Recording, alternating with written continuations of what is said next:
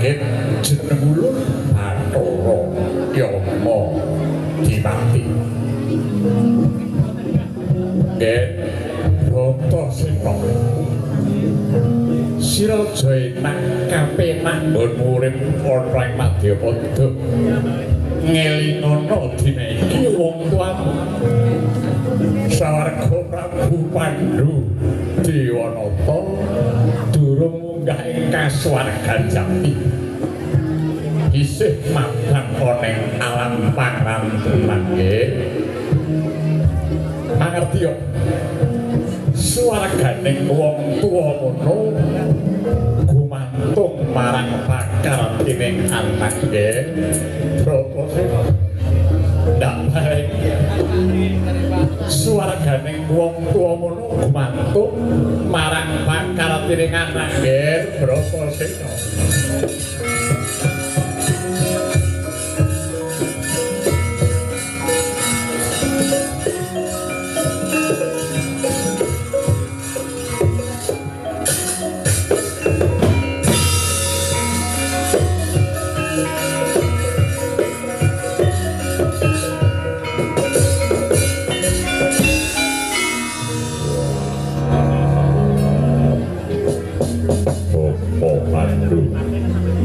Aku njaluk pangapura dene anakmu anak Bratasena burung bisa nyuwargake Bapa Pandhu.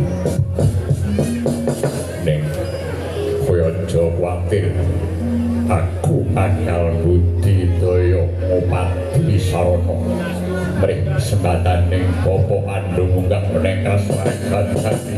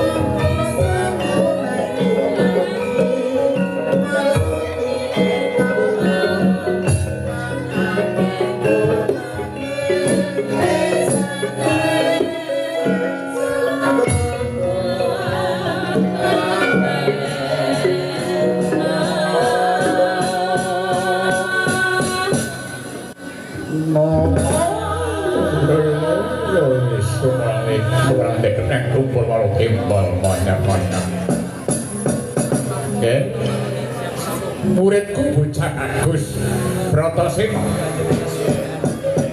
Ndaeto Ndara wis tri Madya Candra kalanggane iki anggonmu suwita ning Sukalima ini. Monggo ndak sawang pirang-pirang dina iki salagamu nganeani yen awan mau mangan bengi ora gelem nindra sajak ana kang dadi ganjlaning rasa mungkin Bratasena diaki prasaja marang pun bapa kok menawa pun bapa bisa ngajarake kang dadi pepetaking atimu nggih muridku gagah sik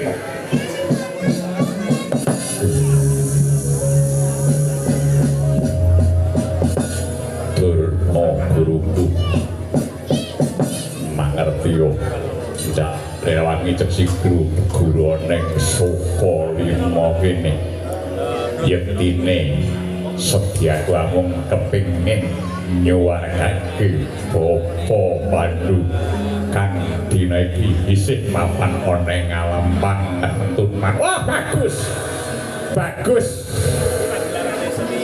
Gonmu kepengin mulyake wong tamu kuwi sawijining pangerti kang bagus. Arang-arang kita saiki kok kepengin nyuwargake wong tuwa. Antara kita saiki malah gawe pusinge wong tuwa.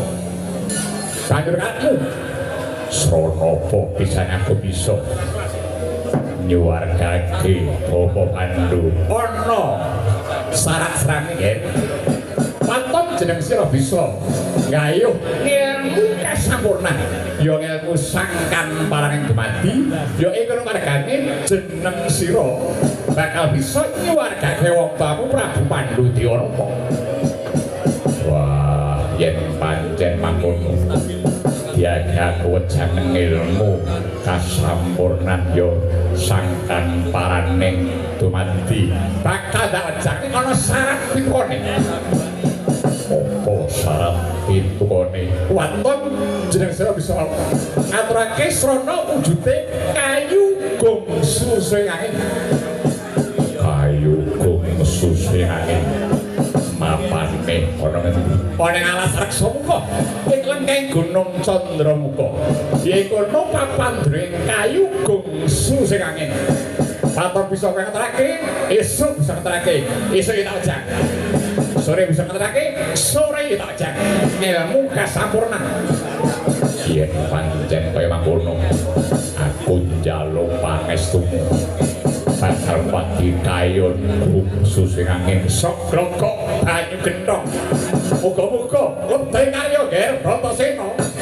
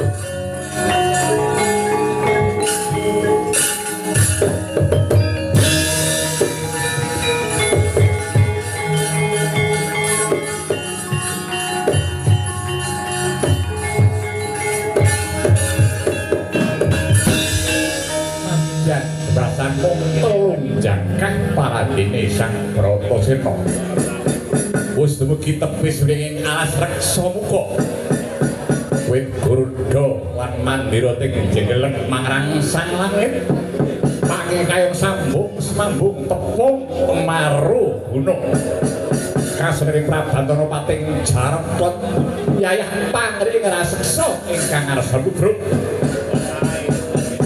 Sigro sang sena matakaji Bandung Bondowasa ungkal bener labak pengantol-antol suku kiwa mancat bumi suku tekenten balangake nganti kaya bubrah langkah candrane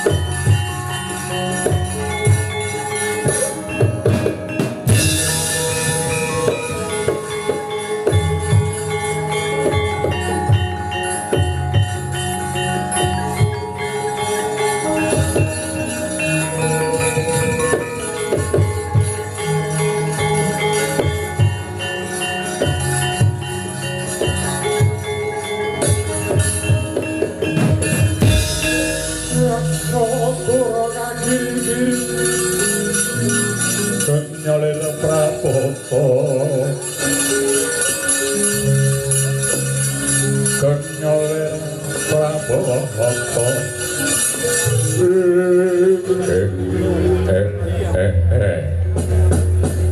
Yai Romo Kolo ana apa kakang kowe lagi Gusti welas marang awake dhewe wis pirang-pirang dina ora entuk pangan lah kok iki ana pangan moro saya ngintir-intir barang aku nyawang ana menungso wani manjing alas reksa muka kene ayo aja mati tanwaran yake bloko sapa kang dadi aranmu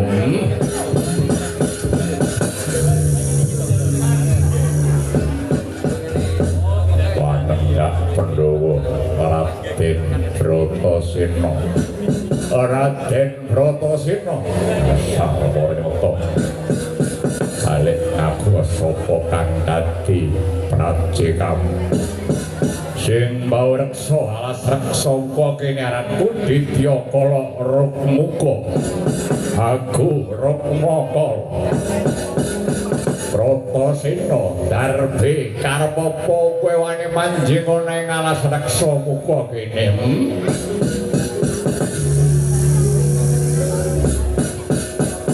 mundi awe guruku tekaku mrene bakal ngupaya wujuding kayu kung susu ing angin kayu apa kayu kung susu ing angin kene ora ana kayu kung susu ing angin enek kayu jati kene kayu mauni enek sono ya enek sing on laut sing dipangan terap ya akeh kene yen ora ketuga nuduhake minggato kowe lah sengak tembung kowe manjing alas rekmaka padha karo nyorake jiwa ragam ayo yake mapanno bakal tak tadah para mangsa bisa Sadap rawong sewarang agung mangan pisang warang selawase. Wela dalah kakian cangkem we. Gigit sing apik dadi pangan gua.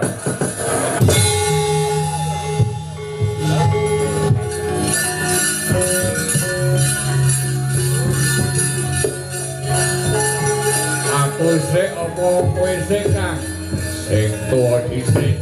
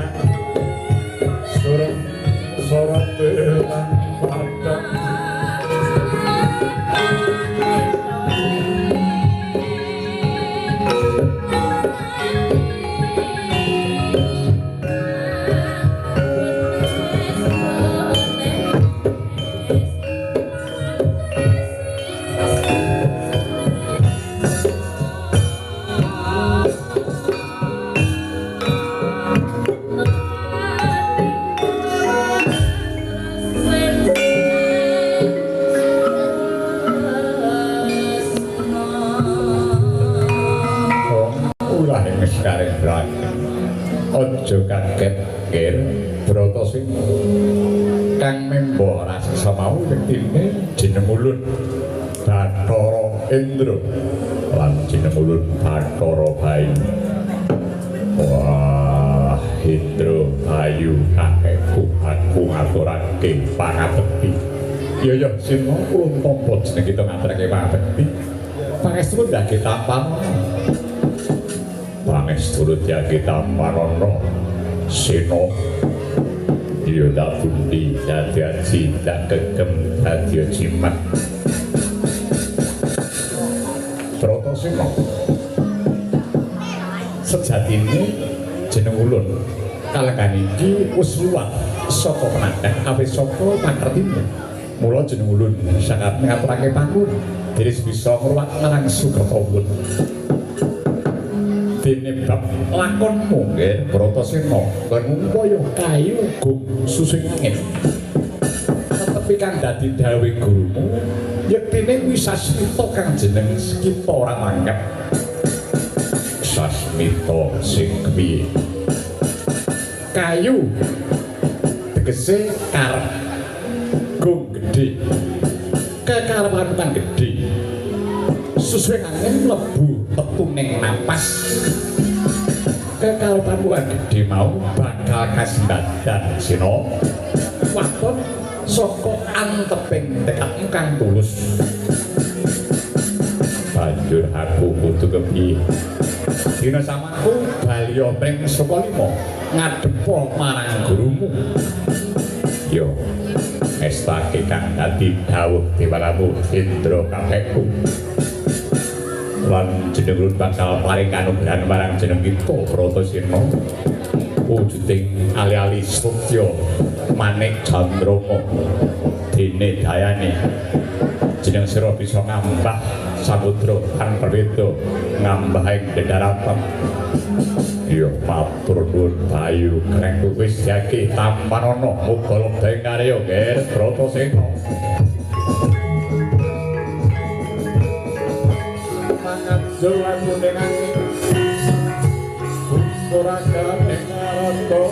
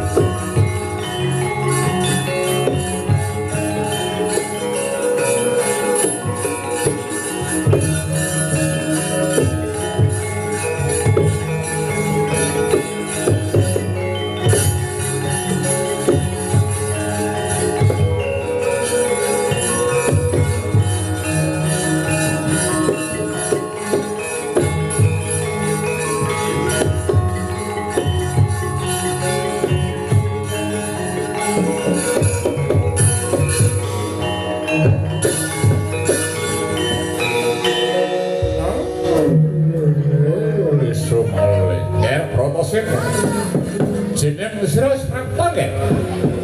Apa wis antuk gawe? Iya. Pangestuning Guru Durna. Aku wis kasebadan. Oh, wis kasebadan. Mupaya kayu gung susuing angin. Iya. Durna guruku aku ngatuk njaluk pangapura. Dene ora bisa tanggap kang dadi sasmitaning Dara guruku. Sasmita sing kepiye nggih?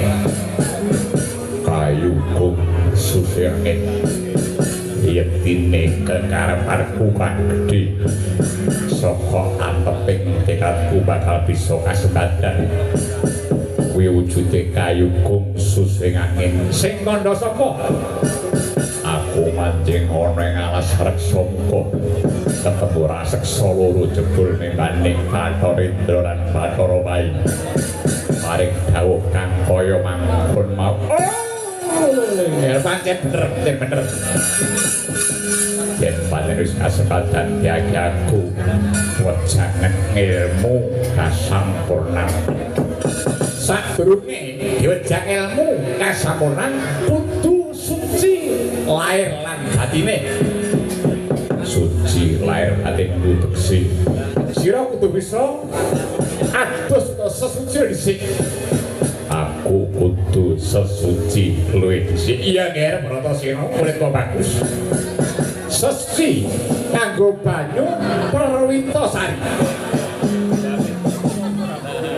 sesuci mawa banyu Perwitasari iya mapane ana ngendi mapan ana ing samudra Minangkabau wis ger yaki sesuci ana ing samudra Minangkabau ger Bratasena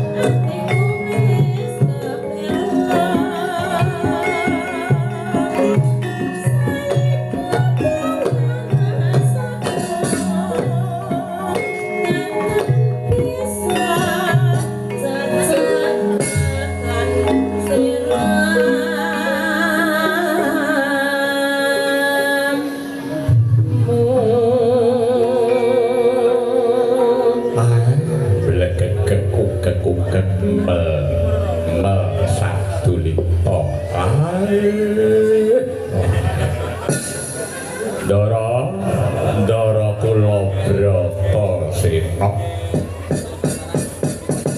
Kula sawang dika beguru wonten ing Sukalima niku. Bebasane boten saya padhang malah saya peteng. Napa Gus?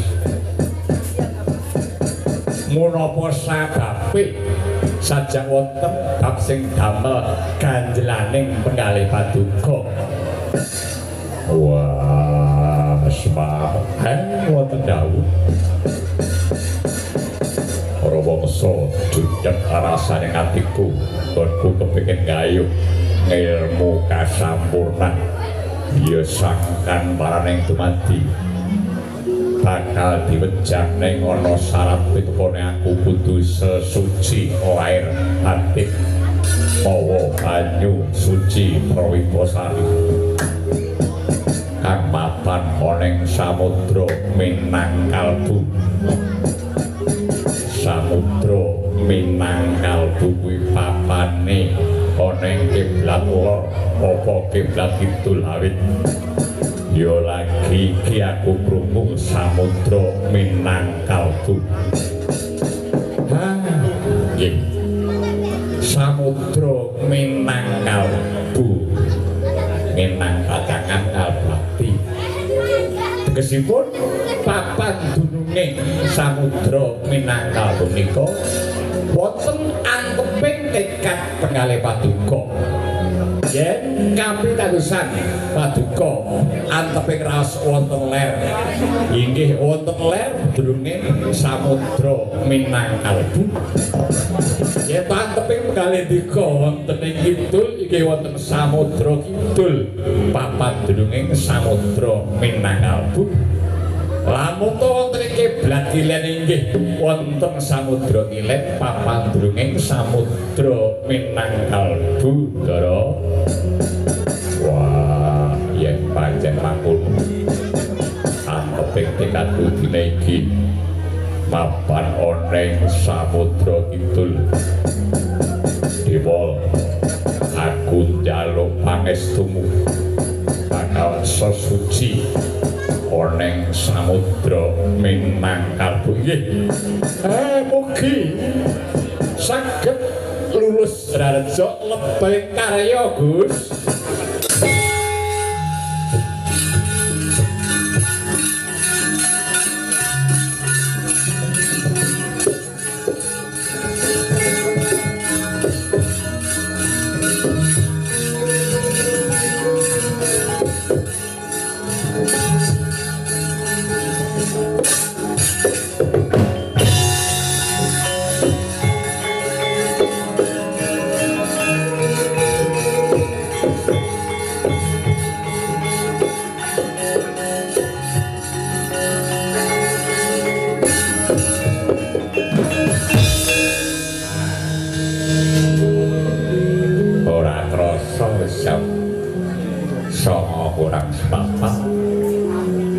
Bleset 15 menit karo skenario ku. Margo Pak Dijaro malah kaya uyon-uyon. Dimat-matke lah kaya paketan. Lah, ale mubenge ping 3 gongan kaya sak gongset alu dadi 3 menit ke pas. Malah ngelolor. Ini ya tadi kaya arep iki jam 8:30 kurang iki wis limbukan margo adicara inti bakal kawiwitan. Selak mesake pengacarane selak ngantuk. Ya malah kaya kelenengan dimat-matke. Wis gek limbukan. Bayem tur. Monggo Mas Patri. Mas Patri sing ngendih. Ya, limbukan. Bayem tur dados